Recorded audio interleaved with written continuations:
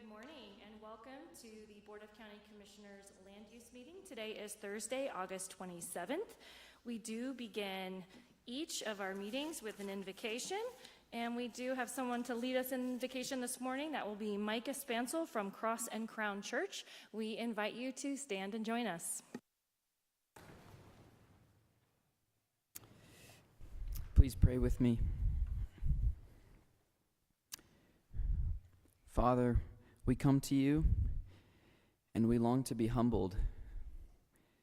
We say with the psalmist, "One thing have I asked of the Lord, that will I seek after, that I may dwell in the house of the Lord all the days of my life, to gaze upon the beauty of the Lord and to inquire in his temple."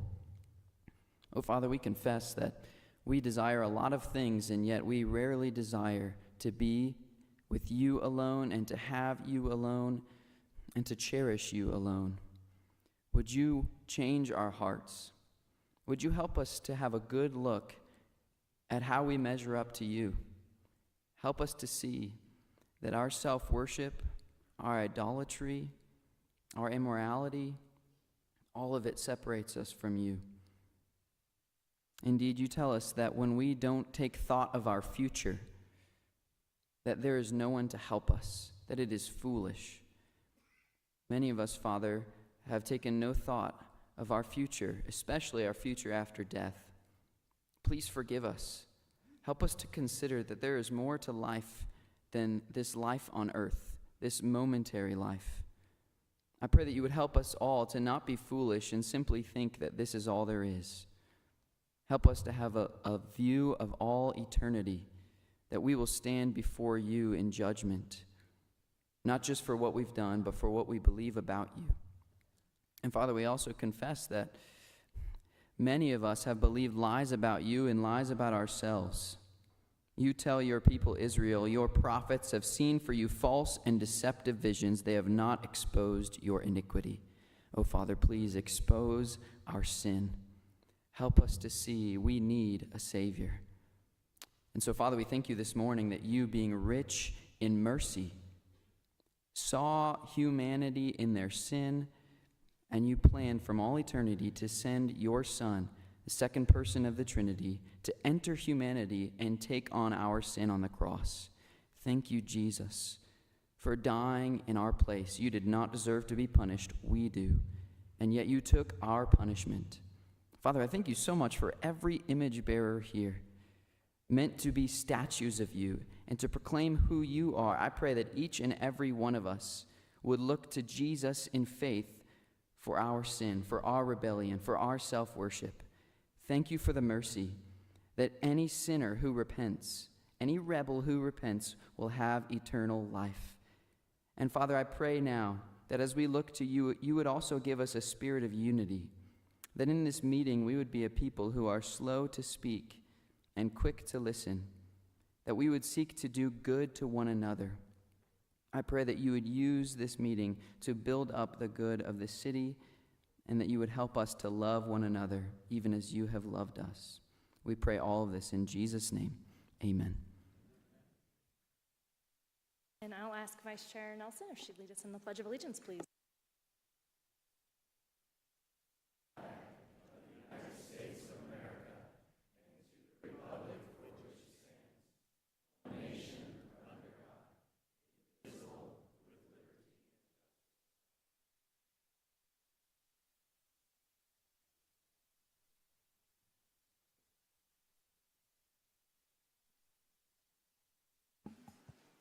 Item 3. Item number 3 is staff emergency items, and I'm unaware of any staff emergency items today. Item 4. Item number 4 is changes, postponements, and notice of the next meeting. I'm unaware of any changes or postponements to today's agenda, and the next meeting will be Tuesday, September 1st at 9 o'clock a.m. Item 5. Item number 5 is an appeal of administrative determination, a request by Buc-ee's EPCO LLC to appeal the determination by the Planning and Community Development Department Executive Director that it is unclear if the proposed Buc-ee's use meets the definition of a convenience store as defined in Section 1.15 of the El Paso County Land Development Code, and whether it is sufficiently similar to allowed uses in the C1 zone district. File APP 26001, Megan Harrington, AICP Executive Director, Planning and Community Development. Good morning. Good morning, Commissioners. For the record, Megan Harrington, Planning Director. This morning I am here to brief you on the appeal of the administrative determination related to Buc-ee's. Specifically, the appeal is by Buc-ee's EPCO LLC for an administrative determination in which the director concluded that it was unclear whether the use of the proposed Buc-ee's meets the Land Development Code, the definition of convenience store, or if it is sufficiently similar to other uses permitted in the C1 zone district. Section 5.3.6 of the Land Development Code outlines the purpose of the administrative determination process, general considerations, criteria for determining similar uses, and the process for the hearing today moving forward. It also is the section that outlines the potential for appeal. This hearing today follows the quasi-judicial hearing process, which is our standard land use hearing process. What that hearing looks like today is a staff presentation and an applicant presentation. There is time for public input, rebuttal by the applicant, questions for staff, and then ultimately the Board of County Commissioners makes the decision based on the criteria in the Land Development Code, Section 5.3.6. Yeah, so I'm just going to take an opportunity to remind everyone in the room that this is a quasi-judicial proceeding, that we are considering a specific land use request that requires the board to evaluate the evidence against the criteria that staff will display on the screen.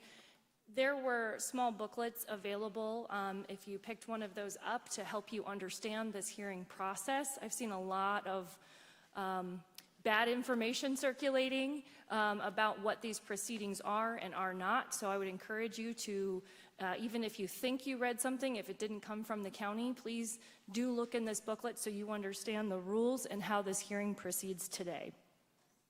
The applicant carries the burden of demonstrating that the application satisfies the applicable approval criteria and will present immediately following the staff presentation.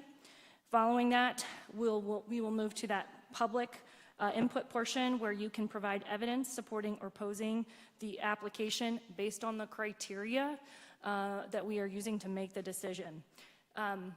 And I'll have several more reminders for those of you who have not participated in these hearings to help you understand what we are able to consider as we move forward. Great. Thank you, Chair.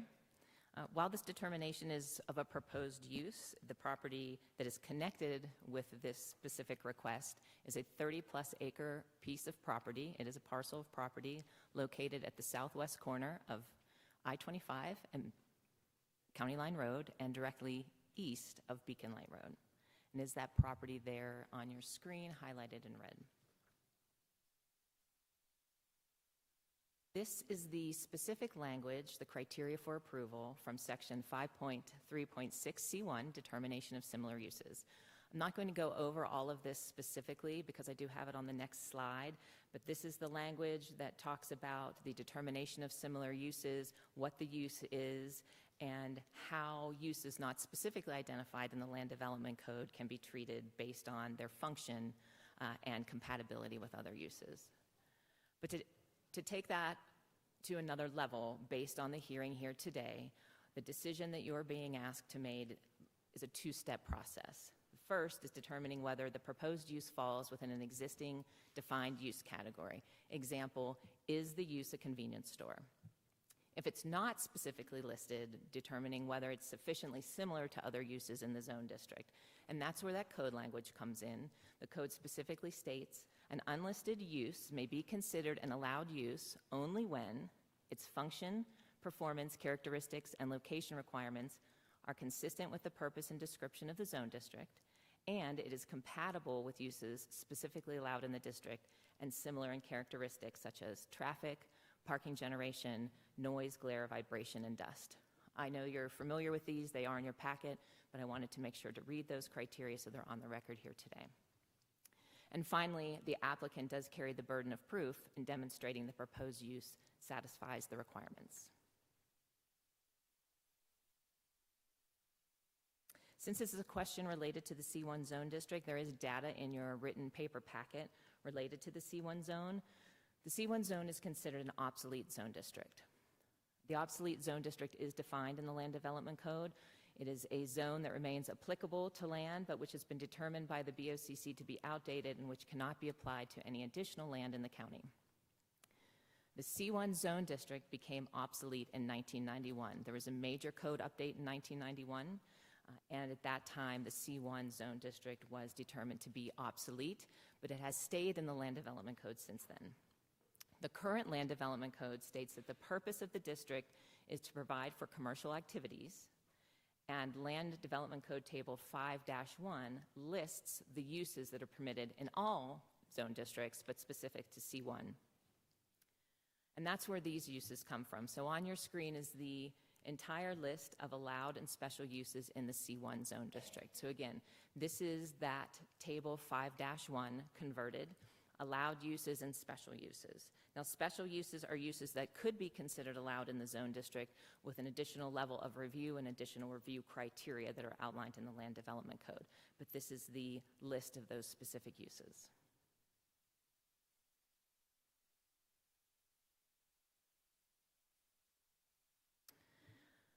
A majority of the uses that were on that list that I just showed you are defined in the Land Development Code section 1.15. There are some that aren't, because I think those are uses that are maybe more common, and so not every single use on that list is defined.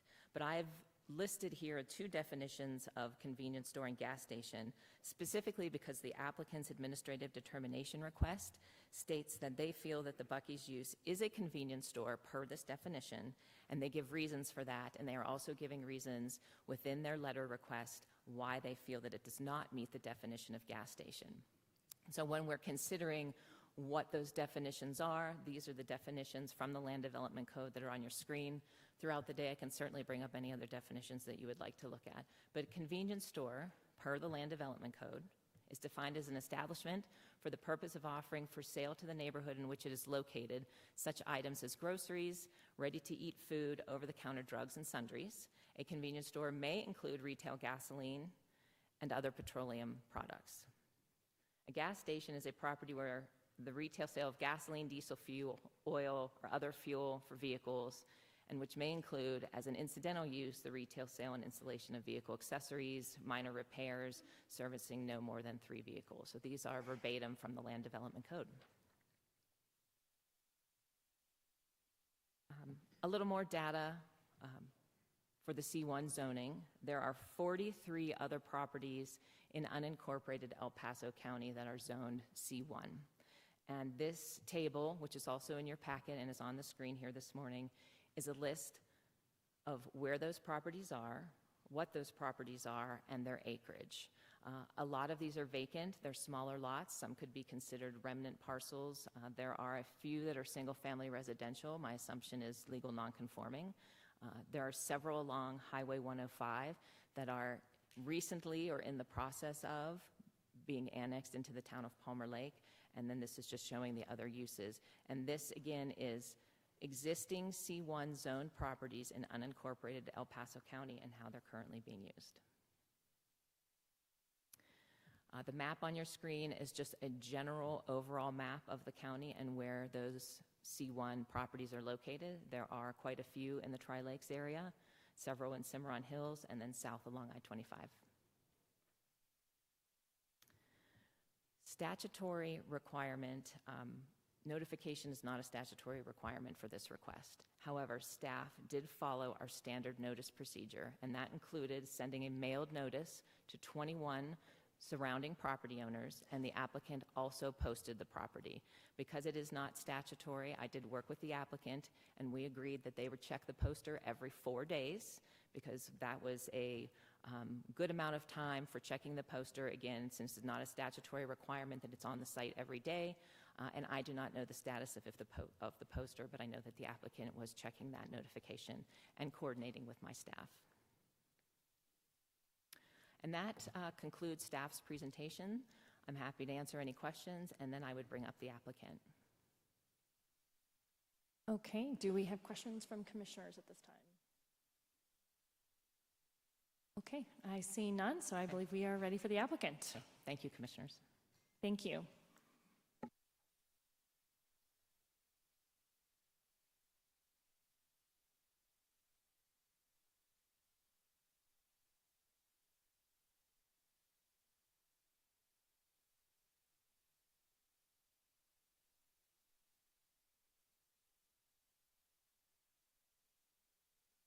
Please give me 1 second while I phone a friend to help me queue up the applicant's presentation. Thank you.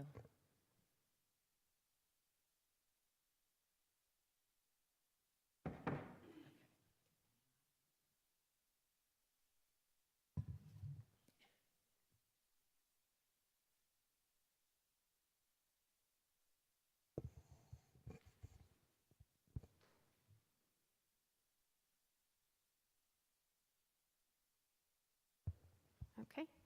Nina Dossi with Vertex Consulting, representing the property owner, Buc-ee's EPCO, for the proposed Buc-ee's development in the C1 zone district.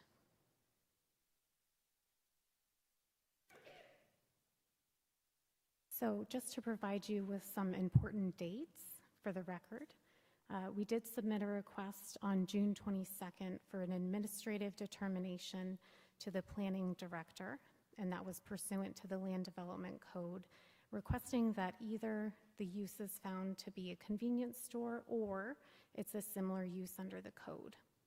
On July 1st, the director provided a letter identifying that the use could not be determined at the director level and that it needed to be elevated to the Board of County Commissioners for the final decision on how the code should be interpreted. That's based upon the Land Development Code section 221H that provides the board with the ultimate authority in interpreting the Land Development Code. So we made that formal request on July 2nd to the Board of County Commissioners, and that's the reason for the hearing today. You have a lot of documentation in your packet today. So first off, thank you so much for reviewing everything. We do understand that it's a lot. Included within your packet today, you have the original administrative determination application. That included a detailed analysis of the two potential findings and the supporting evidence that goes along with that. Included within your packet as well were some of the elements for the site development plan. The purpose of submitting just some of the elements of the site development plan was to demonstrate that the proposed Buc-ee's is meeting all of the objective standards of the Land Development Code. More recently, you've also received a letter from the Buc-ee's attorney that summarizes the reasons for approval and why it should be supported. Just for the record, I wanted to state that this presentation is in no way intended to replace any of the documents that's been submitted to date. The presentation is just intended to summarize and to supplement what's already been submitted. So today, just to be clear, we are not asking for any type of site development plan approval, any approval of grading plans, drainage plans, signage, or so on. We know that that would come at a later stage if a use is determined today. What we are asking for is that the board either make a finding that the use meets the definition of a convenience store or it's a similar use under the Land Development Code. We're asking that the board make this decision based purely upon the written text of the Land Development Code, including the definitions and the applicable review criteria. We have a question from Vice Chair Nelson. Sure. I'm just a question for our clerk. Do we have a hard copy of the letter reference that came from the attorney? Or do I need to pull it up on my email? What was the name? It's Brady McShane. Sorry again. Brady McShane. Okay, I will pull it up in my email. Thank you. Yeah. And I believe that it's in the packet somewhere. I don't know what page it might be on, but I'm sure that between Miss Harrington and Miss Allred, they could figure it out for you. And you said it came last night? No, it did not. It came, I believe, on Friday. It came on Friday. Oh, okay, then I've seen it. Thank you. I thought it was a very more last minute thing. No, Got no, it. no. Thank you. My apologies for the confusion. It was last Friday. Okay, then I already read it. Thank you so much.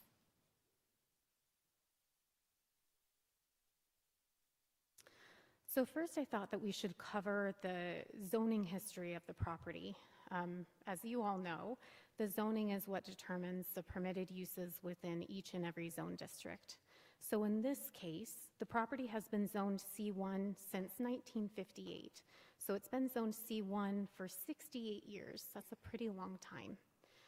Now, since the initial zoning came to be in 1958, there has been development in the adjacent parcels. So many of the adjacent parcels have been developed or they've been rezoned because in 1958, the surrounding area was for the most part vacant. But what has not changed is the zoning of this property. So for 68 years, as that property has been purchased or sold, they have been making that investment based upon the knowledge that they could develop the property as any one or any few of the uses that are allowed within the C1 zone district. Within the commercial zone district, you can actually have more than one principal use. So it's not just one principal use, you could implement multiple uses within the C1 zone district. Now, similarly, as each one of those adjacent parcels were either developed or bought or sold, they also made that investment with the knowledge that this property was zoned to C1 and that they should expect it to be developed as a commercial use at some point in the future. So that's all that the property owner is asking for today, is to be able to develop it the same way as they've had the right to for 68 years. Before we get further into the analysis, I wanted to cover just 3 of the specific rules of construction and interpretation listed within the Land Development Code. Obviously, there are many more than this, but these are the 3 that I thought were most pertinent to the request today. So first is 161 language, and it reads, "The language of this code shall be read literally. The rules of construction, definitions of specific terms, and abbreviations applicable to the interpretation of this code are provided in this chapter." So this one's pretty simple. It's telling you, read the words for what they are. Read it literally. Nothing additional should be added. Next is section 147, definitions. These definitions are not intended to establish regulations, but are intended to define the limits of specific uses and other standards. So as you were reading through your staff packet and you looked at the definitions that Ms. Harrington just referred to, you probably noticed that some of the definitions include specific limitations. So specific limits on the size and scale of some of those uses, whereas some of them did not. What this section means is if the definition includes a limitation, then that limitation applies, but when there is none, you can't infer that there's some additional silent limitation included. And then the last one is classification of uses, and this is from 515. The specific use shall control. So similarly, as you were reading through those definitions, you probably saw that many of the uses are really comprised of multiple components of other uses. But if there's a defined term within the Land Development Code, that defined term rules. If you're not familiar with what a Buc-ee's is, a Buc-ee's does sell groceries, ready-to-eat foods, beverages, over-the-counter medicines, household sundries, and other convenience merchandise. They also sell gasoline and have vehicle charging stations. What Buc-ee's is not, they're not a restaurant. They don't have any kind of on-site seating. They don't do any kind of vehicle repair, oil changes, installation of accessories, or mechanical work. They don't have any vehicle washing facilities in this particular location, and they actually don't allow for 18-wheelers on site at all. So this is not a place where semi-trucks or larger vehicles can come. They also don't have any showers. They don't allow for overnight parking, and there's no accommodations either. So first, I'm going to cover specifically the convenience store use and how we meet the definition of a convenience store under the code. Ms. Harrington already covered this, but I'm going to do it again just for the record. So a convenience store is an establishment for the purposes of offering for sale to the neighborhood in which it's located such items as groceries, ready-to-eat foods, over-the-counter drugs, and sundries. A convenience store may include retail sales of gasoline and other petroleum products. There's a lot in this definition, so I thought it would be easiest if we divided it into the required criteria versus the optional criteria. So the first required criteria is that you offer for sale to the neighborhood in which it's located.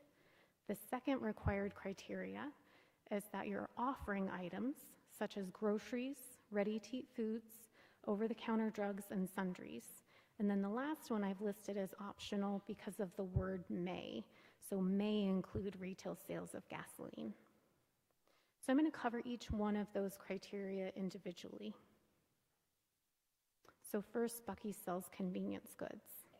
This is probably the easiest one to cover. So as you can see from these three images, the Buc-ee's is off to the left-hand side. That's the interior of a Buc-ee's. You can tell just from that image alone that they do sell groceries, ready-to-eat foods, over-the-counter drugs, and sundries.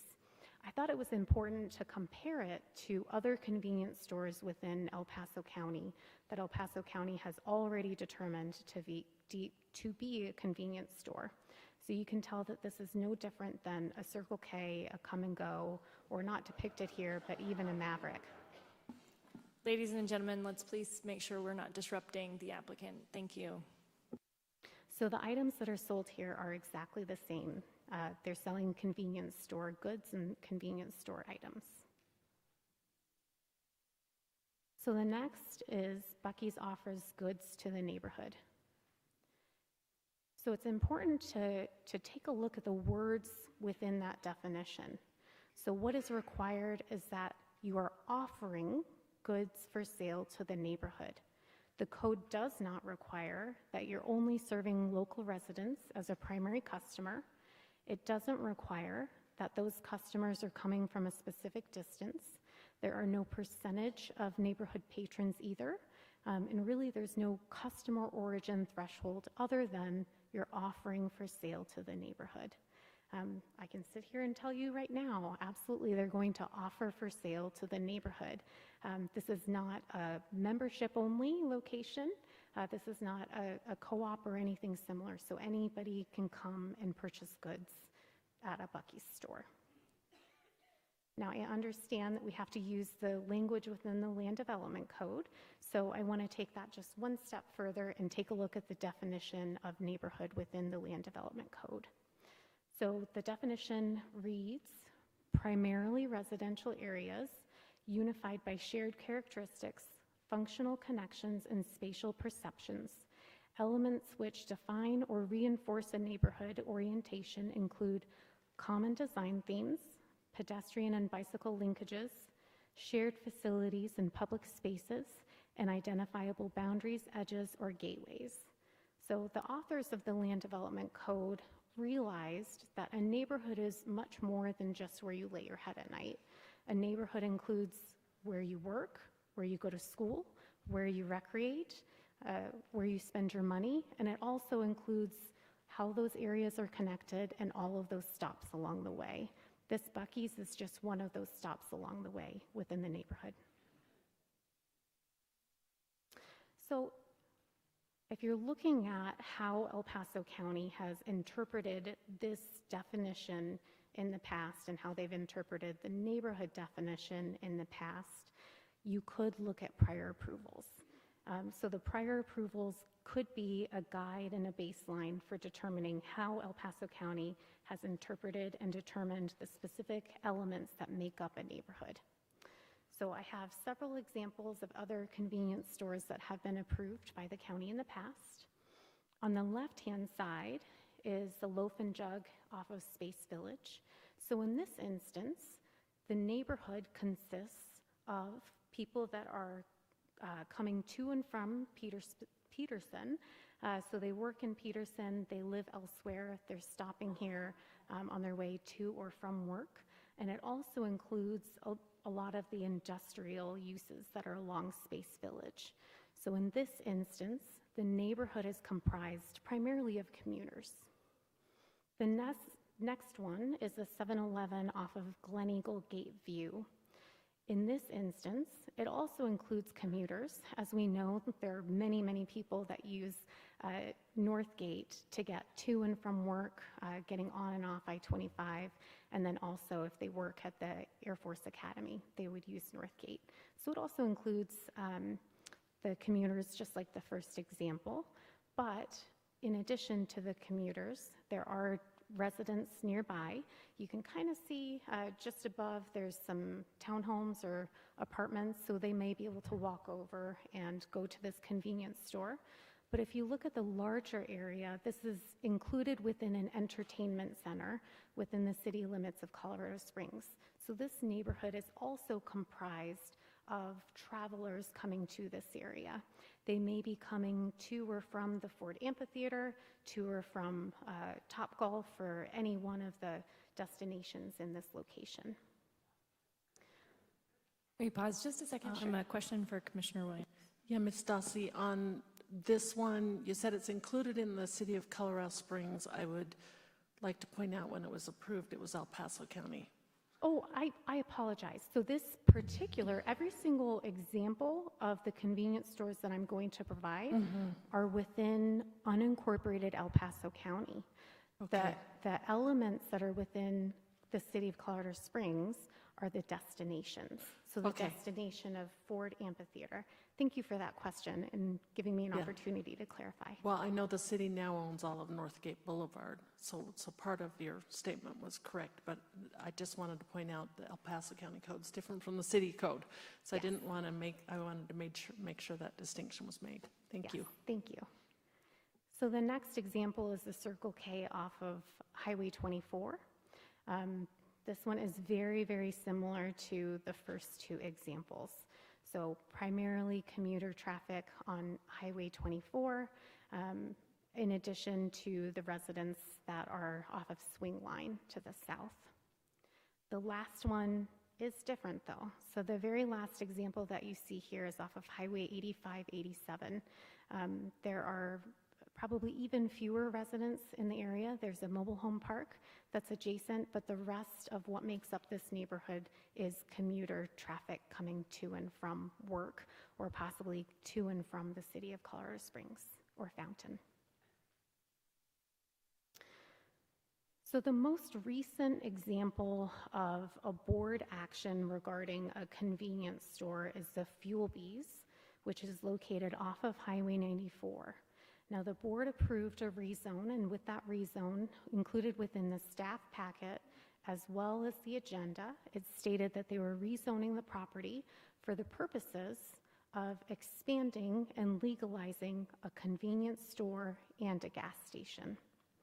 Now, this was in 2022, so Madam Chair and Commissioner Williams, I don't know if you guys remember this, you were sitting at the board at the time, but this convenience store represents almost entirely commuter traffic, and even more so, travelers likely from out of El Paso County.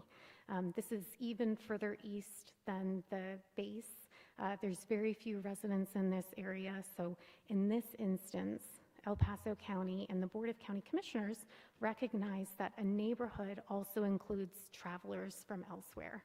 So as you can see through the interpretations that El Paso County and the board have provided in the past, a neighborhood could be either very small, just a few blocks, or it could be, hundreds of miles potentially based on this last example. So you could, think we have a question from Commissioner Weissel. Thank you.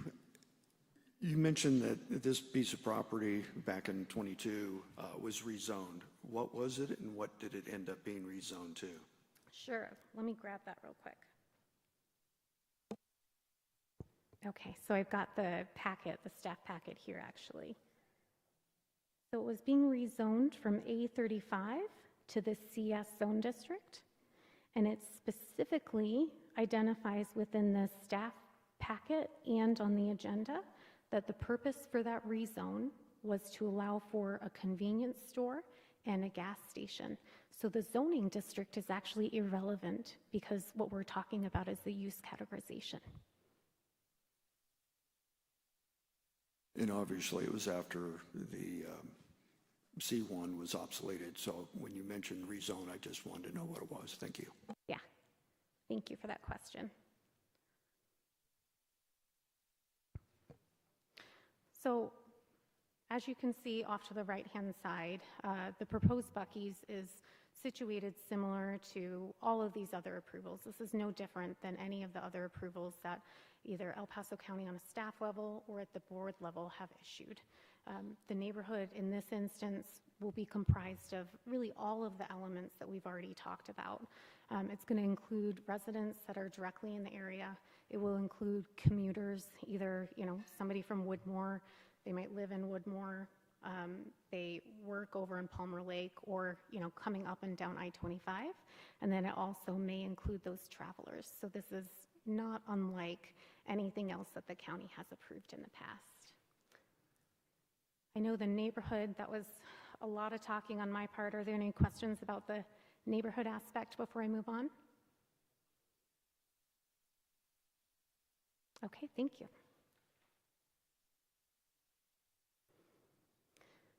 So one of the other questions that I would anticipate to come up would be the size.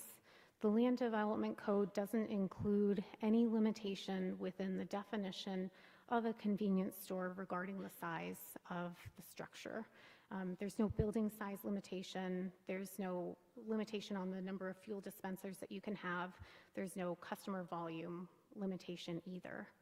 Instead, the way that the uses within the C1 zone district are limited are through objective standards only. So during the site development plan review, staff looks at, does this proposed development meet the setback requirements, the height requirements, the landscaping, drainage, and so on, and that's how they determine really the size. So on a single piece of property, you could reasonably fit,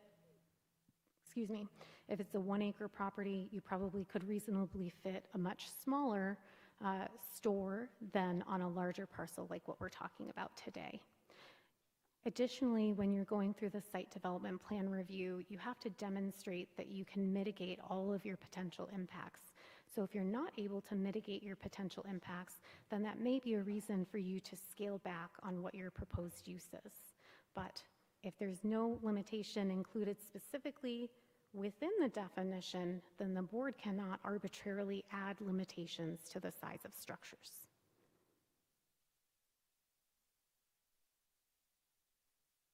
Now you can feel good that that's the case because wherever the Land Development Code does intend to provide such limits, it does so very, very specifically. And there's 3 different ways that the Land Development Code imposes similar types of limitations.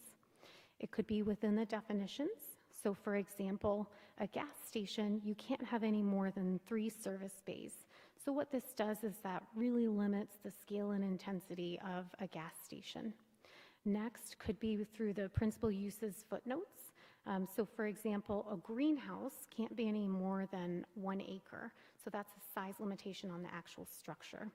And then lastly, it could be limited through the use-specific standards of the code. So for example, agri-tainment, you can't have any more than 50 vehicles on site. That's limiting the traffic, or an accessory living quarters can't exceed 1,500 square feet. That's a limitation on the size of the structure as well. So in this case, there is no limitation included within the definition. There's no footnotes that apply here, and there's no use-specific standards. So the size of the structure is irrelevant. So Buc-ee's also includes fuel sales, which fuel sales are expressly permitted within the definition of a convenience store. Buc-ee's is not a gas station. I'll read this definition for you.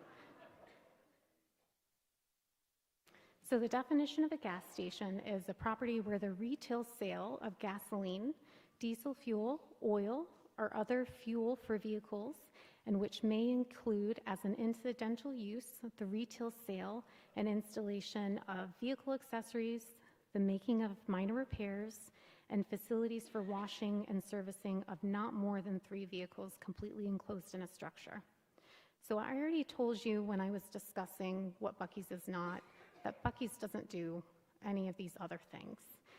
So there's no vehicle repair, no parts for sale, no washing stations or anything similar to that.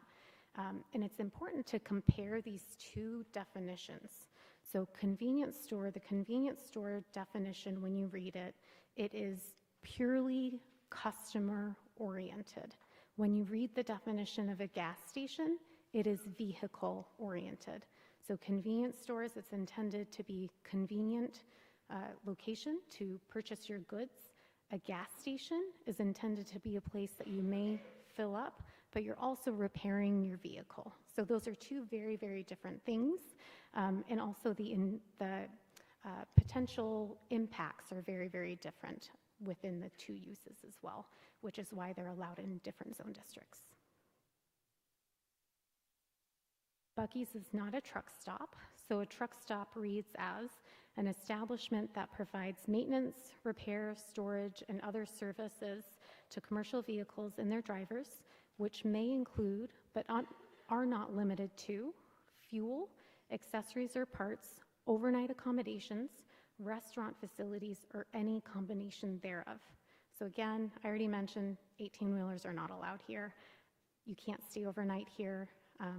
There won't be any overnight accommodations. You can't stay in your car overnight, and there's no kind of repair allowed.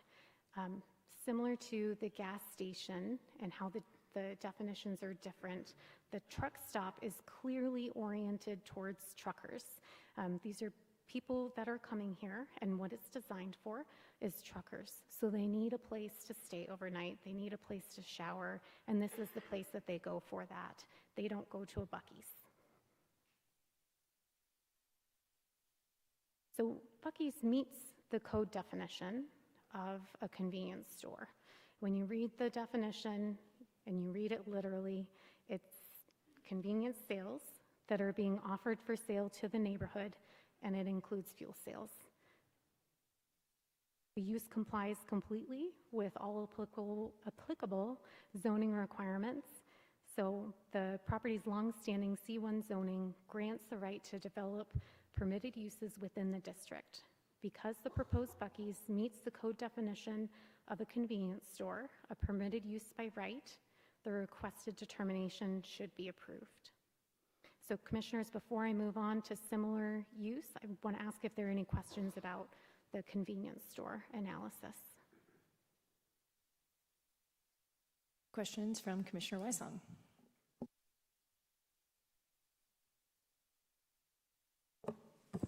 Thank you, Madam Chair. I don't see numbers on your slide, but if you want to go back to slide 17.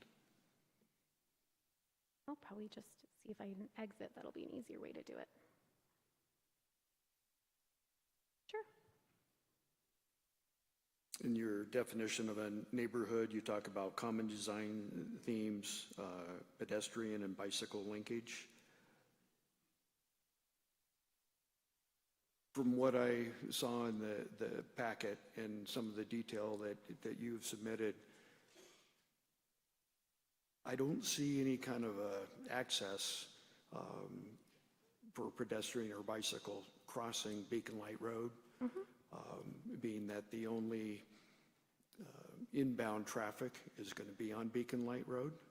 And remind me again, how many vehicles per day are you estimating?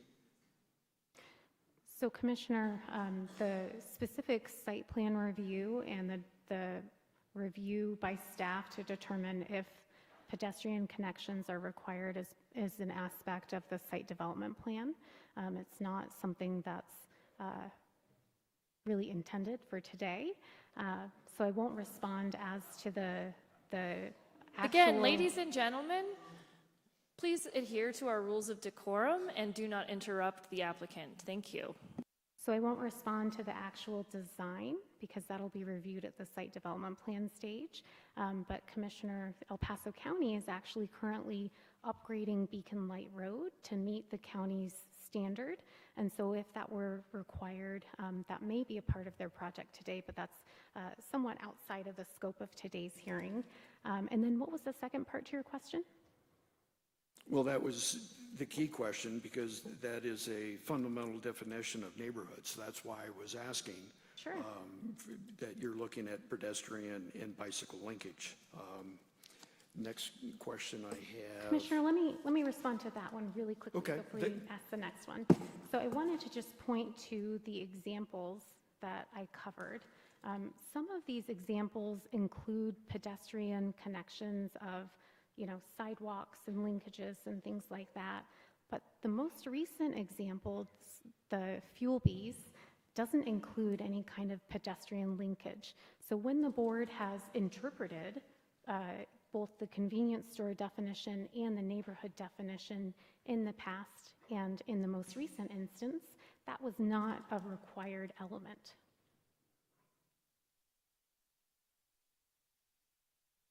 All right, we'll save that one, obviously.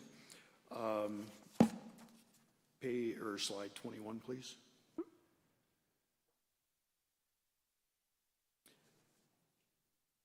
From a standpoint of, on the right-hand side, you're saying that site development plan review, but that is not what we're doing today. Is that correct? That's correct. Okay, I was just curious why that was on the slide.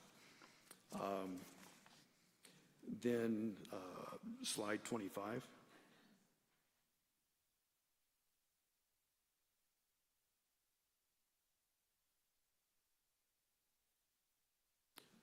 As you had stressed earlier, that "and may" is a qualifier.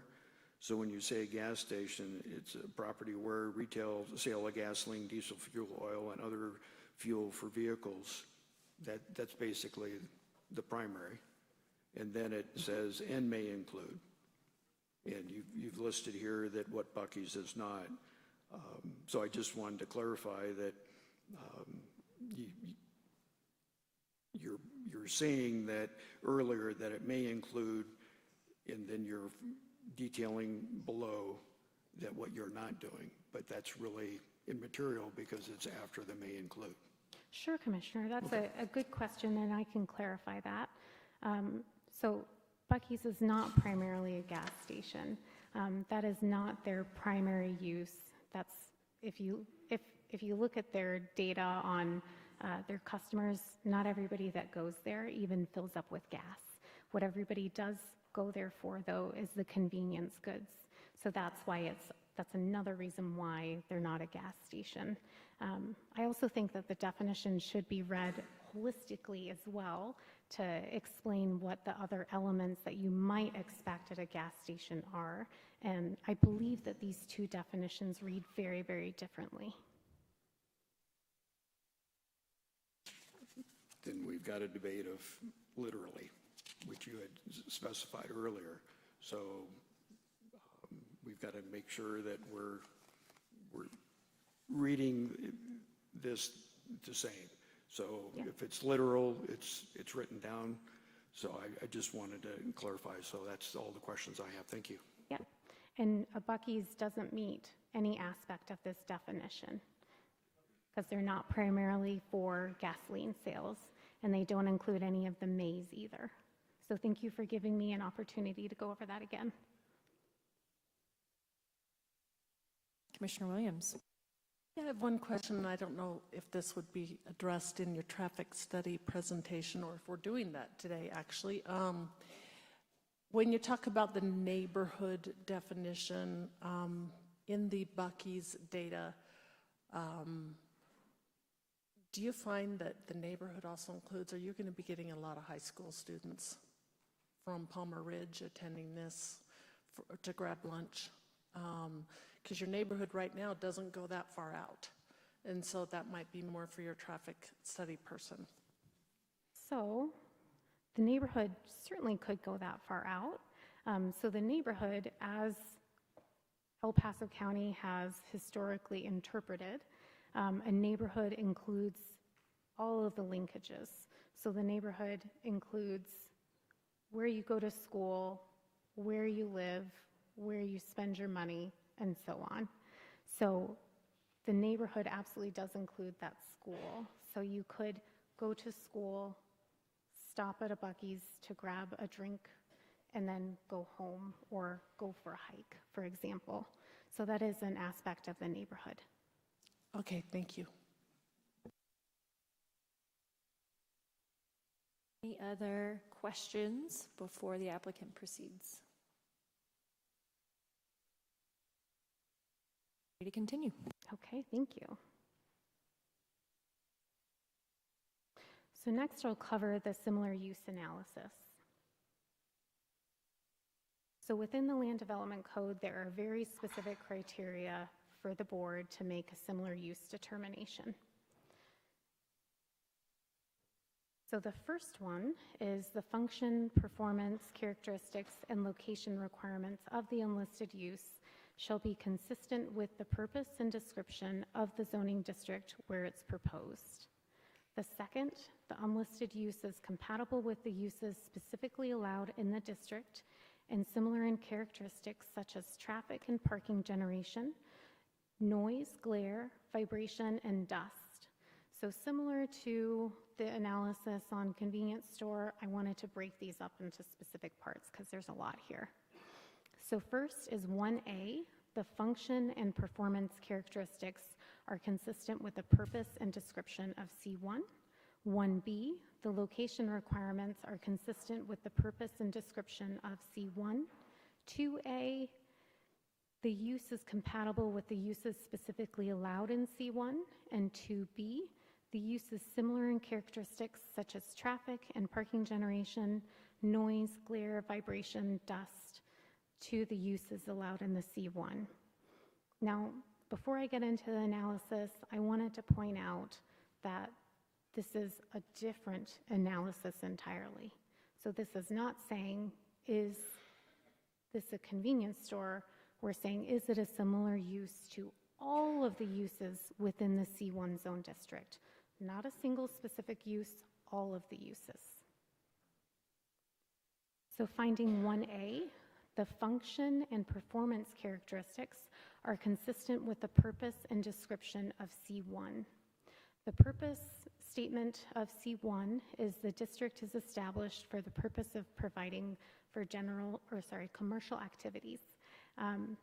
This is general commercial. There's no additional descriptors regarding the nature or type of commercial within this zone district. So if you look at general commercial and the functional characteristics of a general commercial activity, it would be providing goods and services to the public, supporting retail, office, service, entertainment, or other commercial activities, and serving customers, clients, or businesses in a commercial setting. So absolutely, the proposed Buc-ee's provides goods to the public. It supports retail, and it serves both customers as well as businesses. Next, taking a look at the performance characteristics, you would anticipate the performance characteristics to include traffic generation, parking, lighting, deliveries and loading activities, as well as signage. If you've read the packet or taken a look at the proposed site plan, you can see that it is traffic generating. Parking will be on site. There will be lighting. There will be loading areas as well as signage. So it perfectly matches both the function and performance characteristics within the C1 zone district. Finding 1B, the location requirements are consistent with the purpose and description of C1. So if if you're looking at the location requirements for a commercial property, they need to have access to major public roads. They should be visible from major public streets. They should have traffic circulation and access. And then lastly, and probably most importantly, the site should be situated in an area intended for commercial development. So this property is adjacent to Interstate 25, so they're right along a major roadway. Additionally, they're adjacent to Palmer Divide and Beacon Light, so they have access. They have traffic and circulation accounted for on site as well. And as I said before, this property has been zoned C1 for 68 years, so it's always been intended to be utilized for commercial purposes. Finding 2A, the use is compatible with the uses specifically allowed in the C1 zone district. So on this screen here, I have all of the permitted uses within the C1 zone district. Down below, you'll see that I've got the definition from the Land Development Code of compatibility. So the definition reads, the characteristics of different uses, activities, or designs which allow them to be located near or adjacent to another in harmony. Some elements affecting compatibility include height, scale, mass, and bulk of structures. Other important characteristics that affect compatibility are landscaping, lighting, noise, odor, and architecture. Compatibility does not mean the same as. Rather, compatibility refers to the sensitivity of the proposed use, activity, or design in maintaining the character of existing development within the vicinity. So what we're talking about is that this proposed use is compatible with the big, huge list that you see on the screen there. If we look specifically at some of the elements that determine compatibility, the first one is height. Well, all of these uses have to meet the same height requirement of the zone district, so you're actually the same as there. If you look at scale, mass, and bulk, many of the uses that are included are traditionally large-scale structures. Indoor amusement center, so Sky Zone, Avasa, they're large structures. If you look at commercial or retail as part of an overall shopping center, so Falcon Marketplace or Polaris Point, that is also large structures. A hotel is a large structure, and then additionally, any kind of general retail sales usually includes a large structure as well. The other characteristics include landscaping, lighting, noise, odor, and architecture. All of these uses have to comply with the Land Development Code's landscaping, lighting, and noise aspects. So they are absolutely compatible because in this instance, they're the same as. If you look at the architectural components, what's being proposed here is very similar to any of the architecture that you might expect in many of these uses as well. So the proposed use is absolutely compatible with the other uses within the zone district. 2B, the use is similar in characteristic to uses specifically allowed, and then it provides such as traffic and parking generation, noise, glare, vibration, and dust. So, we could go into a deep dive on almost all of these uses, but I'm sure that you guys probably don't want to sit through all of that today. So I'm going to just choose to cover a few of them. So that's going to include commercial or retail as part of an overall shopping center, a restaurant, general retail sales, or theater. So a restaurant may include uses like a Chick-fil-A, Dutch Brothers, Texas Roadhouse. The Land Development Code doesn't separate out fast food versus a sit-down restaurant. And then for general retail sales, it may include a Target, Costco, Bass Pro Shop, or even IKEA. And then lastly is theater, so that could include something similar to a Broadmoor World Arena or Pikes Peak Center. So first, I will cover similar in characteristic to traffic and parking generation. So included within your packet, we have a few conceptual site plans for this similar use analysis. We thought that it was important to kind of go this extra step to demonstrate that these are reasonable similar uses that we're providing. So we did that in looking at the Land Development Code's requirements, making sure that what we put together would meet all of the setback requirements. We would have accounted for drainage and utilities on site, and that the parking that's depicted also is in compliance with what the Land Development Code requires. To go along with that is the trip generation memo. And so that trip generation memo was based upon the ITE as well, which is the accepted standard. So Buc-ee's will actually generate similar or even lesser than the few comparables that we chose to dive deeper into. More specifically is during that PM peak hour trip. The PM peak hour trip is really what determines the roadway classification, and it's also what's utilized when determining if roadway improvements are required. Another reason why the PM peak hour is an important measure of comparable is because that PM peak hour includes not only the commuter traffic, but it also includes recreational traffic. So that represents, worst case scenario, really. Buc-ee's requires similar to or lesser parking than any of the examples provided within the concept plans. Additionally, I wanted to point out that a parking lot is actually a permitted use within the C1 zoning district. So if we're talking about similar in characteristics to other uses specifically allowed, and we're talking about parking generation, you could actually develop this entire site as a parking lot and be in compliance with the C1 zone district. So clearly, we're similar in characteristic as far as parking is considered.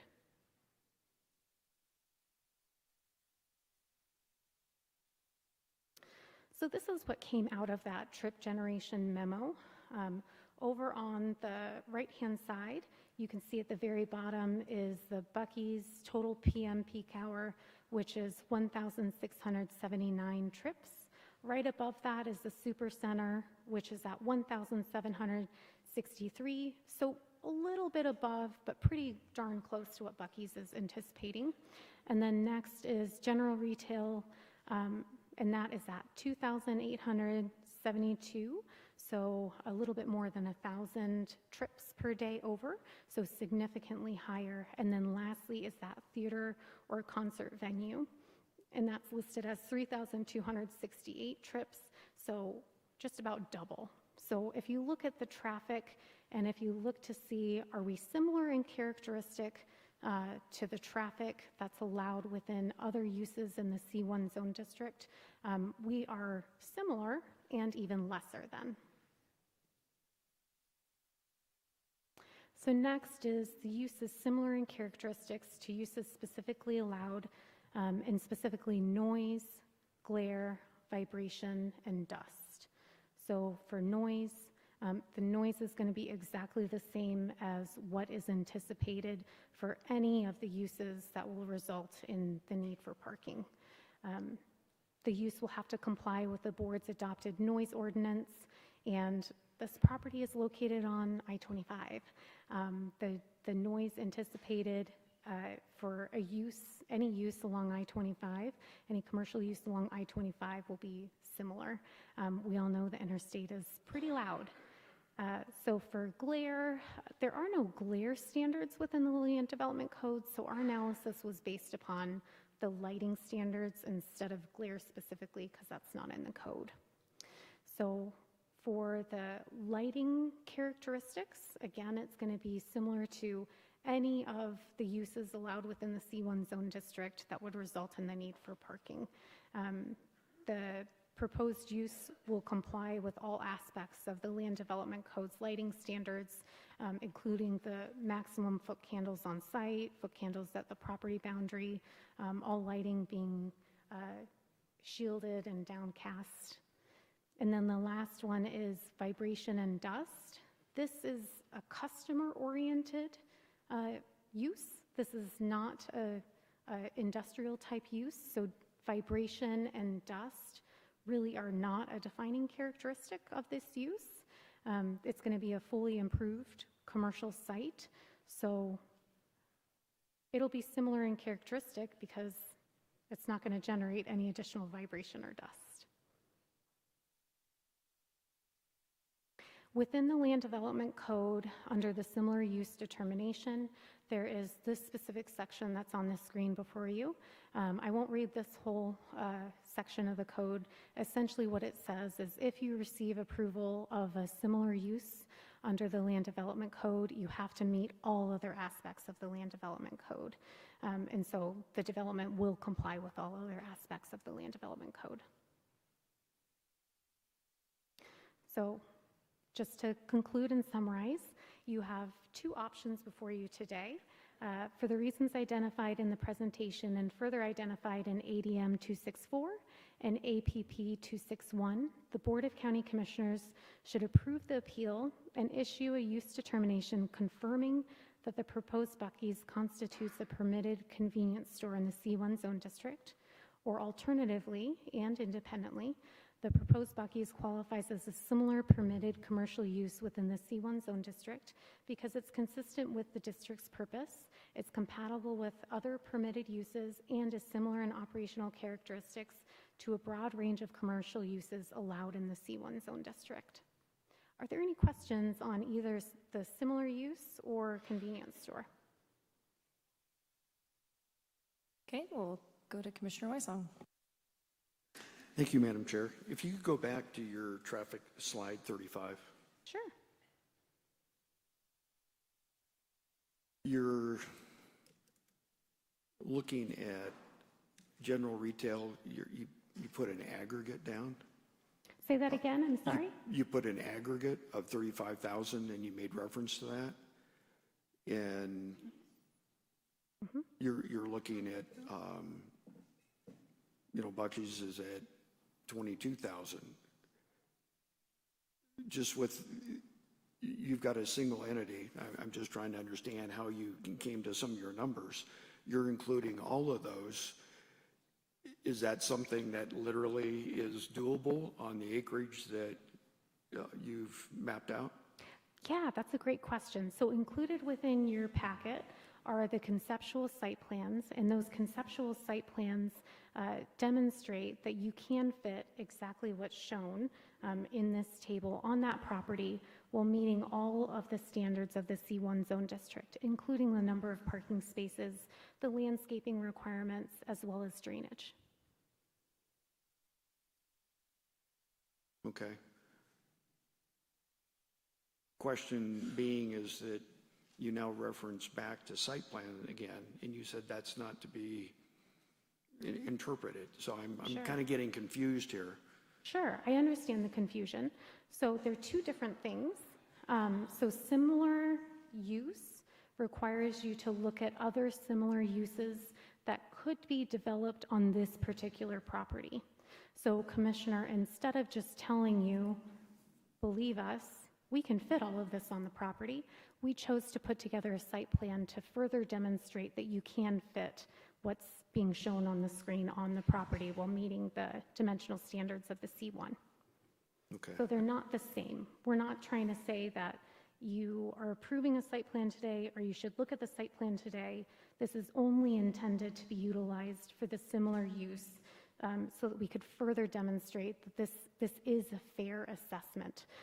We're not just coming up with numbers and trying to make it work in our favor.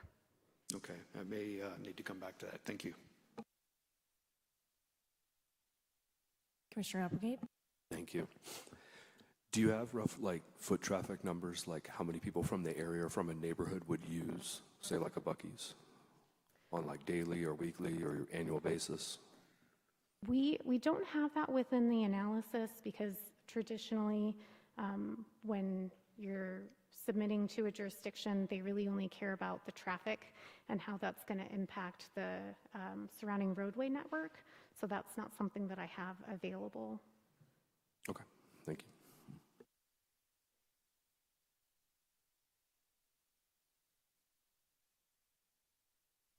I think, Commissioner, as I'm thinking more about your question, Is your question geared towards the neighborhood aspect, or is it geared towards similar use where you? The neighborhood aspect, like the people neighborhood that aspect, live okay. nearby, near that location. Yeah, okay. So let me just go back to these examples. So in all of these examples here, you can see that some of them would include foot traffic, whereas others clearly are not going to include much foot traffic, if any foot traffic. You know, most people coming to the Loaf and Jug on Space Village are going to drive there. They're not going to walk there. You may Right. see a few people from the 7-Eleven, maybe a few people from 24, very, very few from Highway 85, 87.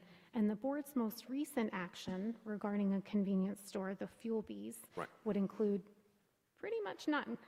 Right, but I'm saying like if somebody lives, say, within like a mile or two of the location, or they're within city limits of like a municipality that's nearby, like what numbers do you see there based on that? So even if they had to drive a couple miles, but Oh, then you're they saying go in from- within the, what, who in the neighborhood percentage-wise is like Sure. using, say, this location? Sure. So you're saying Like the percentage of For this locals basically location, using the location, who yeah. could walk there today? No, I'm saying like who in the area would come there, which drive, whether they drive or whether they walk or whatever, but who would use that? That's nearby, that's within, say, a surrounding, say like a 5-mile radius. Okay. That's not something that I can answer. Okay, you don't know, okay. I don't know if they even have that kind of data available at their other stores. That's not, I guess that's not something that you usually look at. Usually you just look at the traffic. Okay, all righty. Commissioner Weisong. Going back to 34, actually going forward for you. You help me understand your middle, if the Buc-ee's generate similar or fewer PM peak hours, if it kind of fits into that neighborhood convenience store, aren't a lot of the people going on the way home from work, stopping by to get, that jug of milk or a loaf of bread or whatever it is, and wouldn't that actually increase your traffic load? You know, it doesn't. It doesn't increase it from what's allowed within the C1 zone district, because the code is asking you to look at all of the uses that are allowed within the C1 zone district. And is it similar and characteristic to those uses allowed within the C1 zone district? So the Buc-ee's traffic study identifies that it's 1,679 trips in the PM peak, versus if you look at the other scenarios that we've chose to do a deeper dive into, they're either similar to, so the supercenter is similar to, or greater than. And this is based upon the Buc-ee's traffic study, which the Buc-ee's traffic study is based on, many, many stores that they have throughout America at this point. So they're familiar with their traffic and their trip generation. Okay, thank you. Okay, any additional questions at this time? Okay. Thank you. Okay, so it appears that the applicants concluded their presentation. I'm sorry, let me just verify.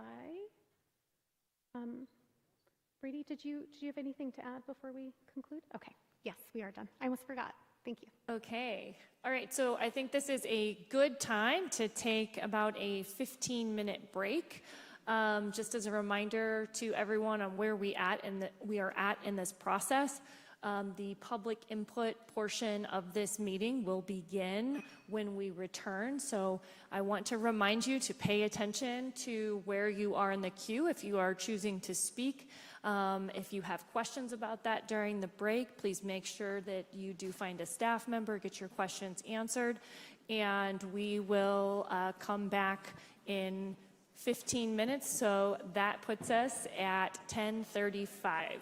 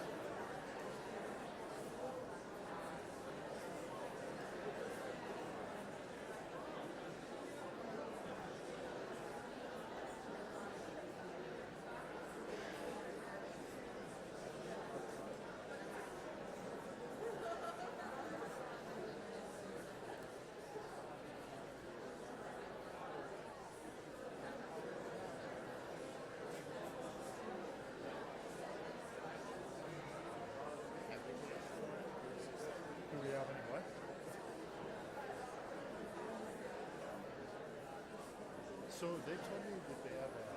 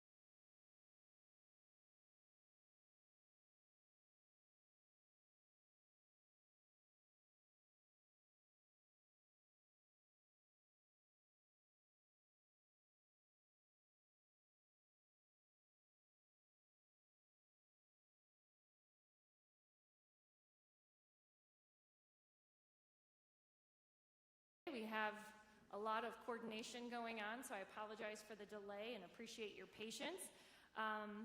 We are going to move into the public input portion of this hearing. Before we begin, I first want to say thank you all for your cooperation as we are trying very diligently to make sure that we have as good of organization as we can in this process for the benefit of everyone to run an orderly meeting here. The first thing is, obviously you all have a red lanyard. I would ask that you make sure that you are wearing that lanyard and it's visible for our security team because we are at capacity of the building and we do want to make sure that we are adhering to safety limits. If you somehow manage to sneak in, this is not an R-rated video, movie, and you're not 17. So if you manage to sneak in and didn't get a red badge, I would ask that you voluntarily follow the rules and remove yourself so that security does not have to do so. Hopefully we didn't have any of those, but just wanted to remind you all. So we are going to start the public input portion of the hearing. So there are a few things I want to go over to just make sure you all understand and we move through sufficiently. I'm going to point to this again. If you have not looked at this booklet, please do look at our rules of decorum and understand how we're going to proceed through. This is a good guide for you. The list of speakers and speaker order is online. It is linked to the same website that you used to sign up to speak. And the list is divided into those who are signed up to testify in favor and those who signed up to testify against. All of the speakers signed up to provide evidence in favor are going to speak first, followed by all those who signed up to provide evidence against. Because of the large number of people here today, we have created a process to queue speakers up in order. The first thing to note is the queuing area. That queuing area is upstairs in the lobby. It's the set of chairs that you passed when you were coming into the auditorium. You will need to report to that queuing area at the appropriate time, and I'll talk a little bit more about that in a second. If you are watching this online, because the auditorium is at fire code capacity, you can access the queuing area via the front entrance to Centennial Hall off Cascade Avenue. There are staff out front that will direct you to the queuing area. It's important that you don't arrive too early or too late to the queuing area when it's your time to speak. I would ask that you please pay close attention to the online list of speakers as well as any notifications you receive. If you did not enter any contact information when you signed up, it's especially important for you to watch the published list of speakers online and head to the speaker queuing area when there are about 36 people in front of you on the list. We should be able to get through, I believe, a pro panel and possibly 2 opposition panels before it is time for us to break for lunch for planning purposes. I'm doing the best I can to set expectations, but no, things are in flux, so we're gonna try to make that work. If you entered your cell phone number when you registered to provide testimony in person, you will receive a text message during the hearing when you need to report to the queuing area. However, please also watch the list of speakers. We can't be held accountable for any technical errors that might occur if you've got one of those messaging systems that doesn't allow you to receive unknown messages or things like that, so please do not rely on that solely. Okay, so behind me and on the screens, you will see a list of names. If your name shows up on that list, please move very quickly and expeditiously to the queuing area upstairs. Please follow the directions of staff once you get to the designated speaking, or to the queuing area to stay in the designated speaking order. Then staff will escort you back into this room and up to these microphones. You'll be lined up behind one of the 3 microphones here. We have 1, 2, and 3. The first person at the microphone will speak, followed by the first person at microphone 1 will speak, followed by the first person at microphone 2, then on to 3, and then we'll return and recognize the next person at microphone 1. So we will go through that for each panel. So 1, 2, 3. I think we can all at least count to 3. Your time will begin once I recognize you to speak at your microphone. Based on the number of people here today, I have decided that we will do 1.5 minutes per speaker. We had considerably less than we thought might attend, and so I think that that is the most appropriate to keep our meeting orderly today. That speaking time will be strictly enforced. So once your time has expired, your microphone will be muted. Please adhere to those and be respectful of the next people in line so that they are not obscured while they have their time to speak. Okay, so important things, you'll need to state your name before you begin providing your evidence. And please remember that the number of people that are testifying for or against a project will not outweigh evidence that the project meets the legal criteria for approval. This is very important. It's also important to keep your comments focused on the item being considered and the criteria that is required. Comments that are not related to those criteria cannot be considered by the board. Also, please avoid repeating the same points that have already been made and instead share new or different information that you would like the board to consider that is related to the criteria. So I'm going to ask you all for your cooperation. You've been a great group so far this morning to adhere to that. And remember, it doesn't matter how many. That I know some people have said that might be true. That's not how it works here. Legally, the number of people for or against is not how we can make our decision. It is based on that criteria. So if you are repeating something, please make it brief, or don't do it at all. If you've already heard a speaker who has said what you think needs to be said, it's okay for you to choose not to speak. If you have already heard a speaker who talked about a specific issue and you want to say ditto to what that person said, that's okay too. It is very important that we consider the criteria for the fairness of this hearing, so I just ask for all of your cooperation with that today. Once you have finished, you can return to your seat if you have a red badge. If you do not have a red badge, which means that you were not able to get in before we hit that fire code capacity, when you get finished speaking, you're going to need to exit the room because we cannot exceed the fire code capacity. So just please keep that in mind. Again, you guys have been a great group so far this morning. Let's keep that up. Let's all follow the rules and make this an orderly meeting. Okay, with that, I believe we are ready to move into the public input portion, beginning with those speakers who are here to speak in favor of this application or of the appeal. Ready? All right.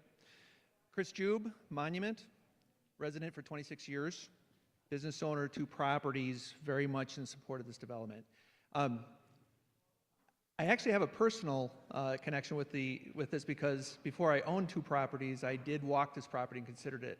Knew full well it was C1 zoning and jurisdiction there, and I understood that something big was going on there. When I was walking the property with my son, who's watching from Oklahoma, but when we were walking the properties, I literally said, "This looks like a good place for a Target, not what I wanted to build." So we walked away from that property and went to on the other side of town and everything. But that's the idea. Our site development codes are there for a reason to help guide landowners on how they want to develop it. And we got to stick to that code. We can't be a county that doesn't like something and then finds a way to interpret the code to not like it or to push it out. And I saw that presentation. I was watching from outside, and frankly, I cannot read the definition of a convenience store any differently than a Buc-ee's. And so I stand in total 100% favor of this development. I hope you decide in that favor. Thank you. We'll move on to microphone 2. Good morning, commissioners, and yes, it is still morning. Matt Dunstan. I was born in El Paso County 58 years ago. My family and I live and work in the Tri-Lakes area. I've been involved in a lot of construction development. I've been involved with D38 school, helping and volunteering, We provided the site for Monument Academy East Campus, and we just like to really be involved in this community. When we first moved in, there was no Safeway, there was nothing in the I-25, no Jackson Creek, nothing. We watched the growth occur over time, and there has been opposition. The opposition has a tendency to grow and get more, the more people, you end up getting more opposition. But this particular site makes a lot of sense. It is a convenience store, no matter how large it may be, for all intents and purposes. It meets the standard of a convenience store. And the other thing I would add is along the I-25 corridor that there are big box stuff, and that's what the code talks about, is big box stuff along the I-25 corridor. The only other thing I'm going to add, I'm going to try to be fast, is there's 4 people signed up to speak. It's hard to muster the courage. Of the 4 people that mustered the courage to sign up and speak, 2 of them showed up, and that's Mr. Jube and myself. This is tough. At Palmer Lake, we got shouted down, couldn't even speak. Thank you guys for having the willingness to conduct a good meeting that's professional. Thank you very much. I would say that bravery. Your time's expired. Thank you. All righty. I believe that concludes the speakers that are here for the 4 panel, and we can proceed with the next panel of speakers and those who are against.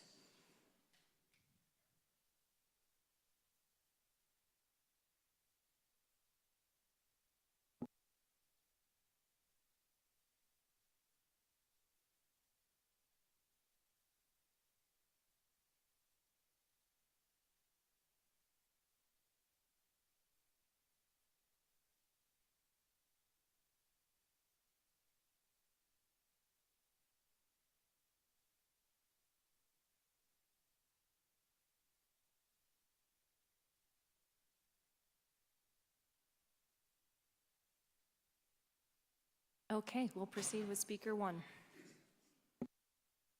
Good morning, Chair and Commissioners. My name is Caitlin Quander, and I represent nearby landowners who oppose Buc-ee's appeal. Simply put, Buc-ee's is not a convenience store as defined in your code. First, it does not primarily serve the neighborhood in which it is located. Buc-ee's chose this location to capture interstate travelers on I-25, not to serve local residents. Second, it's 74,000 square feet. It sells a much broader range of goods than your code lists out for a convenience store.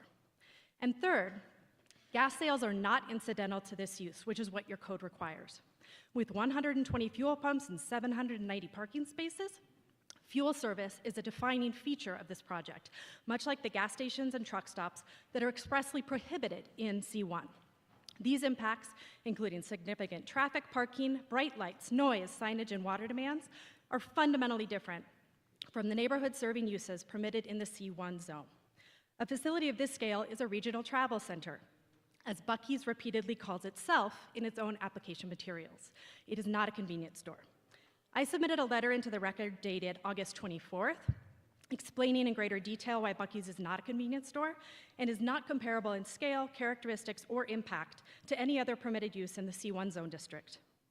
Please deny Buc-ee's appeal, follow the letter and intent of your code, and require Buc-ee's to rezone to a district more compatible with their proposed use. Thank you. Microphone 2. My name is Virginia Monroe. The evidence presented today describes a facility built to serve interstate travelers passing through, not a neighborhood buying groceries and sundries. By Buc-ee's own numbers, it does not. An engineering report prepared for the town of Palmer Lake water system, addressing an entirely unregulatory question, independently found that, quote, Buc-ee's Travel Center serves a high volume of non-local customers, unquote. On that basis, the report determined that an on-site Buc-ee's water system would constitute a, quote, transient non-community water system, unquote, under Colorado's primary drinking water regulations. I respectfully request that the board deny the appeal and leave the planning director's July 1st, 2026 determination undisturbed. Thank you. Good morning. Ian Griffiths. I raised my family and founded my real estate investment business here 41 years ago. I'm versed in property rights and land use. You've been sent a legal opinion detailing why Buc-ee's does not fit the definition of convenience store. Please read this before making a decision. The National Association of Convenience Stores states that the average size of a convenience store is 3,041 square feet. The Buc-ee's big box is 75,000 square feet with 120 gas pumps and a 100-foot, 24-hour lighted sign at the grand entry of El Paso County and adjacent to and at the high point of our state's most significant open space project near the largest wildlife crossing in North America. A convenience store serves a neighborhood and obviously does not draw outsiders from a 500-mile radius. The Tri-Lakes community has been through 2 years of meetings, petitions, and election, all of which have demonstrated overwhelming opposition to this project. It has caused much division and stress in our community. Many of us have wasted our time and incurred much expense. Please do your duty, represent your constituents, and follow normal procedures for a zoning request. Thank you. Microphone 1. I'm John Suthers, a lifetime resident of El Paso County, and while my law firm represents landowners in the vicinity of the proposed Buc-ee's who oppose the project, I appear today on my own volition. As one who believes that the Greenland Ranch is the best open space project in the history of Colorado, one that preserves 21,000 acres of scenic prairie-to-peak vistas from dense urbanization. It would be one thing if what was proposed was truly a convenience store with a small square footage imprint that catered to local residents seeking necessities like milk and bread. But by its own description, Buc-ee's is a travel center, a combination restaurant, department store, and huge gas station with 120 pumps, catering to the 80,000 vehicles per day that pass by on I-25. That means a very large facility that will, among other things, cast light pollution far into the adjacent open space and significantly degrade its intended tranquility. Commissioners, common sense tells us this is not a convenience store. I know it, and you know it. The rule of law requires that the proposed project undergoes the rezoning process your code requires. Please ensure that happens. Thank you. Microphone 2. My name is Robbie Larson. In their August 3rd, 26 letter, the Monument Town Council urged the commissioners to uphold the determination and deny the applicant's request for administrative approval of the proposed development as a convenience store use within the existing C1 commercial zoning district. The Town Council is concerned that increased traffic volumes may affect emergency response times and place additional operational demands on public safety agencies serving the region. These impacts should be fully evaluated through an appropriate public review process rather than assumed to be consistent with those impacts associated with a conventional convenience store. Along with the Monument Town Council, I respectfully request that the board deny the appeal and leave the planning director's July 1st, 26 determination undisturbed. I live on Doewood. It would be right in my backyard. Please say no to this. I would not visit it anyway. Thank you. Microphone 3. Steve Draper, Colorado Estates Monument. Buc-ee's asks for a literal reading, then read it, quote, for the purpose of offering for sale to the neighborhood in which it's located. They read the following part about groceries. They skip the first part about serving the neighborhood. Your code says a neighborhood is primarily residential areas. There are neighborhood houses directly across the road and a church. Buc-ee says what connects this site to that neighborhood is Interstate 25. Their own study puts 93% of the trips to and from Interstate 25. That doesn't serve the neighborhood. It turns Beacon Light Road from a local classification into a minor arterial. 9,600 cars a day for Buc-ee's. Today, it's 436 cars. All supporting a 74,000 square foot structure with fuel storage their own engineer calls a fuel tank farm. 800 parking spaces, it never closes. Do not let them go through the back door, please. Thank you. Microphone one. Hi, Matthew Gerbesic. I think we're splitting hairs here. This is the convenience store. It is a gas station. And involved in the code doesn't allow for a gas station on this site. So when El Paso County wrote the code, they thought about this exact situation. They defined gas station and they defined convenience store.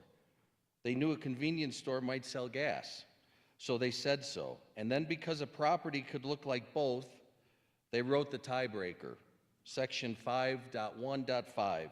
One sentence, the specific use shall control the general use. They also wrote that a listing to use one distinct excludes where it isn't listed, and that interpretation may waive a code standard. This isn't a gap, this is the code working for us. The federal government reached the same place. Since 2007, every Buc-ee's filing, the Patent Office, OSHA, in 5 states, the Federal Highway Administration, lands in the gas station category.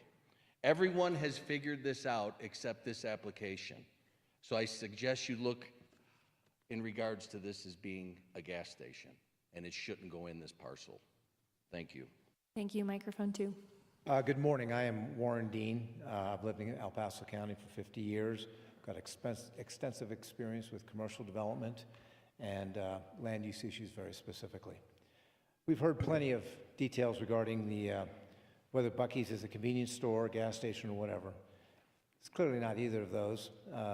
In terms of this 80,000 square foot size, 120 gas pumps, the incompatibility, which is key, the incompatibility with the surrounding uses, and clearly it should be excluded from the C1 zone. It's not to scale, it's not consistent with existing uses, and it's not compatible. And those are important considerations with a rezone. Please keep in mind an alternative perspective. They're asking you to basically stretch the C1 use category outlined in the LDC. Well, Palmer Lake has spoken. Monument City Council has spoken. The community has gathered signatures to have a public referendum. Those are now on hold. They're in front of you all now for a reason. They were going to lose that, and they are changing a different angle, and you guys are sort of the stooge to get around the local community's desires.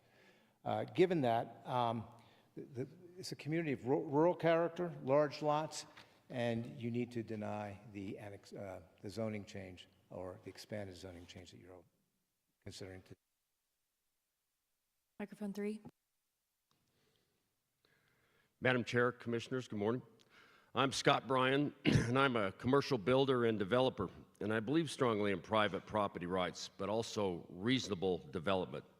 The real question before you today is simple. Does a 120 pump, 74,000 square foot facility generating approximately 22,000 vehicle trips a day meet the definition and intent of a convenience store under the existing C1 zoning? It clearly does not. Buc-ee's business model is not based primarily on serving the surrounding neighborhood. It is intentionally designed, marketed, and located to become a regional destination and pull enormous volumes of traffic off the interstate. You don't see billboards advertising your neighborhood 7-Eleven more than 100 miles away. You do for Buc-ee's. There's one at the New Mexico border. The very success of this project depends on drawing thousands and thousands of people who otherwise would not be coming to this location. A use of this scale and intensity deserves the scrutiny of a zoning change. Property rights do not mean bypassing the appropriate zoning process. The reasonable thing to do is to require the applicant to go through a formal zoning change and allow the planning department and the community to fully evaluate the proposed. Thank you, sir. Your time has expired. Microphone 1. Susan Griffiths here. Many of you may remember back in the 70s that there was a powerful national anti-littering campaign with a TV commercial featuring a Native American shedding a tear.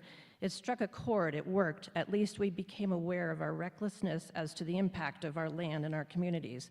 This proposed Buc-ee's site is exactly this in 2026. So I say, don't litter by allowing the devastation of the perimeter of an iconic open space. Don't litter by putting a major light and human waste polluter so close to our community and a well-planned and well-supported wildlife crossing. Don't litter by discounting this wasteful, devastating use of our precious resource of water. Buc-ee's is not pro-El Paso County or Colorado community. It is a supersized box store selling cheap, useless Chinese-made merch, more waste for our overflowing landfills. Don't leave it to Beaver was a slogan the late, great Dolly Parton used when she fought in triumph to keep this intrusive invader out of her Tennessee community. Be better, El Paso County. Resist littering up your pristine spaces. We want better stewardship from you, commissioners, for thoughtful care and planning of our future generations. This Texas tastelessness and oversized greed has no place on the picturesque highest north-south divide east of the Rocky Mountains Continental Divide. We want to sustain our quality of life and thrive in this quintessential mountain community, and we need your help, and we ask for your consent. Microphone 2, please. Terry Christensen, 43-year resident of El Paso County. The board is hearing Buc-ee's appeal of administrative determination ADM 264. That determination turns on whether a 31-acre, 74,000 square foot travel center with 120 fueling positions meets the definition of convenience store under section 1.15 of the El Paso County Land Development Code. We are asking the board to uphold the planning director's determination. In June 2026, Buc-ee's asked the planning director for that classification. A convenience store is allowed by right in C1. The director determined the staff could not make that classification, and Buc-ee's appealed on July 2nd. Under the county's published procedure, the applicant carries the burden of proof and presents how the proposal meets the specific criteria. Microphone 3. Evan Johnson, the director wrote that because it is unclear whether the use meets the definition of convenience store, staff cannot determine whether it is sufficiently similar to allowed uses in C1. She identified the language in the definition that made the classification unclear, which is to the neighborhood in which it is located. Applying that language requires identifying the neighborhood. That is the purpose of this presentation.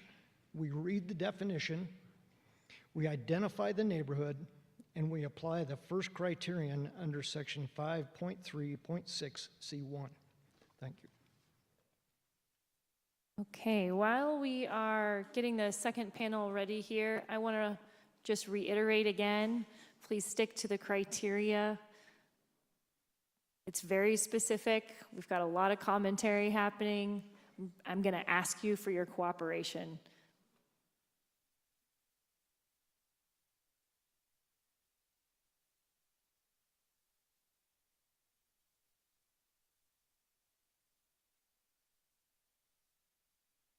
Microphone 1. Brian Scow. Section 1.15 defines a convenience store as follows: an establishment for the purpose of offering for sale to the neighborhood in which it is located such items as groceries, ready-to-eat food, over-the-counter drugs, and sundries. A convenience store may include retail sale of gasoline and other petroleum products. Director Harrington noted that the sentence permitting retail sale of gasoline and other petroleum products was added in the 2007 code update. She also noted the phrase, "for the purpose of offering for sale to the neighborhood in which it is located."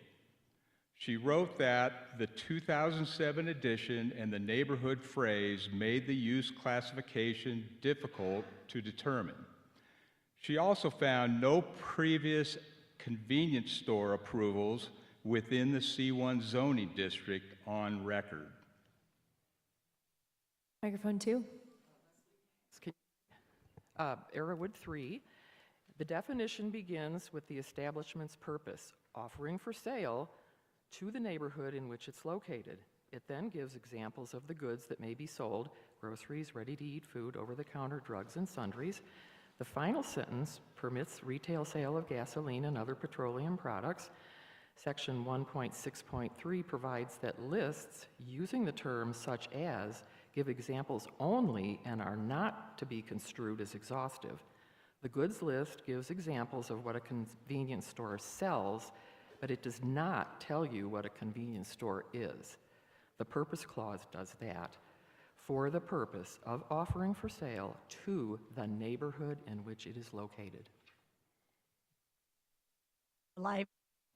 The examples identify goods that may be sold, while the permission allows gasoline sales. Only the purpose clause identifies the establishment's intended customer. Buc-ee seeks classification as a principal use in C1. Section 1.15 defines a principal use as an activity or combination of activities of chief importance on the lot or parcel and the main purposes for which the land is intended, designed, or ordinarily used. For this to be a convenience store offering for sale to the neighborhood in which it is located has to be of chief importance on this parcel. That is why this presentation defines the neighborhood.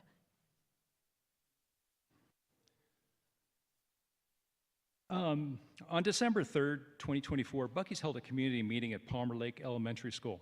Speaking for the company, Stan Beard, talking about the roughly 80,000 vehicles a day on Interstate 25 beside this site. He said, and I quote, "Our purpose to get them off and back on that freeway system as easily and comfortably as possible," unquote. He also said, quote, "Our customers, like I said, come from miles away. We are stopping the car that is already on the freeway," unquote. At the same meeting, Mr. Beard described the company this way, quote, "Back in the day, we were just a little convenience store, neighborhood convenience store. We are now in 7 or 8 states. We have 32 travel centers," unquote. Hey, Fisher? At the December 3rd meeting, Stan Beard also said 90% of our customers are visiting us from well outside of El Paso County. More than 70% of them are coming from outside of the state. The applicant's traffic study projects where this project's traffic will come from and where it will go. More than 93% of it is assigned to Interstate 25. Under 70% is assigned to local roads. Thank you. 3. Morning, Melissa May. There are 3 places where the applicant's filing describes who the project will serve. Page 1 says residents, employees, and others in the surrounding area. Page 3 says people living, working, and traveling within the surrounding area. Page 4 says nearby residents, employees, and others already traveling in the surrounding area. Kimberly Horn, the applicant's traffic engineer, acknowledged that more than 85% of customers at existing Buc-ee stores are not local.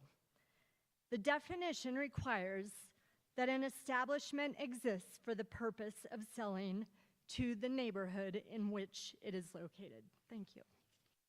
1. The applicant asked the board to read this code literally, citing section 1.6.1, and adds that restrictions should not be implied where none are stated. Section 1.6.1 does say the language of this code shall be read literally. It does not say anything about implying restrictions. On page 2, the applicant quotes the definition of convenience store in full, including the phrase, "for the purpose of offering for sale to the neighborhood in which it is located." Yet, in the sentence concluding that the project satisfies that definition, the purpose clause is gone, both parts of it, for the purpose of and to the neighborhood in which it is located. We accept 1.6.1 as the standard. Everything that follows reads the code as it is written. 2. Hi, my name is Tammy Maxwell. In 1991, this county defined a convenience store as a food service establishment contained within a building, offering for sale to the neighborhood in which it is located, such items as groceries and sundries. That definition said it would not include the sale of motor vehicle fuel. In 2007, the county expanded the goods list and removed the fuel prohibition. It also added permission for retail sale of gasoline and other petroleum products. 3. Nancy Fritchie. The 2007 update expanded the goods list and permitted fuel sales. One clause stayed exactly as it was, offering for sale to the neighborhood in which it is located. The county also added a purpose statement in front of that clause, for the purpose of. The code changed what a convenience store may sell. It did not change whom the store is for. A convenience store is an establishment for the purpose of offering for sale to the neighborhood in which it is located. Applying that language requires identifying the neighborhood. 1. James Morse. Section 1.15 defines a neighborhood, primarily residential areas unified by shared characteristics, functional connections, and spatial perceptions. The residential areas are the neighborhood. Shared characteristics, functional connections, and spatial perceptions are what hold them together. On page 3, the applicant quotes that definition and then writes that the relevant neighborhood include hereby residential and commercial areas together with the transportation corridors that connect them. And it names these connectors as Interstate 25, County Line Road, and Beacon Light Road. Although the definition makes roads something that unifies the neighborhood, the applicant's reading makes a road part of a neighborhood. 2. Kazumi Morris. On page 4, the applicant describes its conclusion as consistent with the text of the code and with what it is called its function-based definition of neighborhood. The code defines a neighborhood as primarily residential areas. Interstate 25 is not a residential area. The board cannot apply the phrase, the neighborhood in which it is located, without identifying the neighborhood. 3. Hi, my name is Genevieve Gustafson. The county has described this place in 2 different documents. The 2021, your El Paso Master Plan calls Tri-Lakes the northern gateway into the county along Interstate 25 and Highway 83. It says this key area supports commercial needs of many of the residents in northern El Paso County. The master plan says future development should align with the existing character and strengthen opportunities in the adjacent communities in Monument, Palmer Lake, and Woodmore. The older document is the Tri-Lakes Comprehensive Plan adopted in October 1999 and superseded by the 2021 Master Plan. Both plans are advisory, and the board retains discretion in applying them. We offer them as evidence of what this place is, not as the authority binding the board. That concludes the first half of our presentation. We will pick up with the second half of the presentation. And before I leave, I'd just like to make a personal note that I'm asking you, please Denied. Thank you. Your time has expired. Okay. Appreciate everyone moving through that smoothly. We are going to go ahead and break for lunch for about 1 hour. As a reminder for those of you who are signed up to speak, please do watch the website.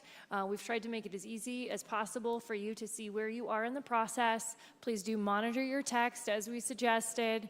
And remember to report to those queuing areas. Ladies and gentlemen, you're getting very loud and I'm still speaking. If we could minimize the noise until we adjourn the meeting, that'd be fantastic. Man, it's like a high school classroom in here. I used to teach high school and that's what the kids would do before I could dismiss class. So again, monitor those, make sure that you're reporting to the appropriate queuing area. Remember, your red badge needs to remain visible so that security knows that you are within our fire code numbers. So please make sure that you don't forget that, leave it off somewhere during lunch, and that it does remain visible as you come back into the building. And with that, I will say we will adjourn for lunch for approximately 1 hour.